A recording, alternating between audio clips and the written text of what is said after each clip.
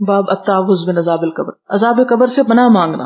حدثنا محمد بن المثنى اخبرنا يحيى حدثنا شعبہ قال حدثني عون بن ابي جحيفة عن ابيه عن البراء بن عازب عن ابي ايوب رضی اللہ عنہ قال خرج النبي صلی اللہ علیہ وسلم وقد وجبت الشمس، نبی صلی اللہ علیہ وسلم نکلے اور سورج ڈوبنے والا تھا۔ فسمع صوتا، ایک آواز سنی، فقال یہود تعذب في قبورها، آپ نے فرمایا یہود کو ان کی قبروں میں عذاب ہو رہا ہے۔ وقال النضر اخبرنا شعبہ حدثنا عون سمعت ابی قال سمعت البراء عن ابی ایوب عن النبی صلی اللہ علیہ وسلم، یہ دوسری روایت سے بھی حدیث آئی ہے۔ حدثنا معلى حدثنا وهيب عن موسى بن عقبہ قال حدثتني ابنة خالد بن سعید بن العاص انها سمعت النبي صلی اللہ علیہ وسلم وهو يتعوذ من عذاب القبر، کہ خالد بن سعید بن عاص کی بیٹی ام خالد کہتی ہیں کہ انہوں نے حضور صلی اللہ علیہ وسلم کو عذاب قبر سے پناہ مانگتے ہوئے سنا۔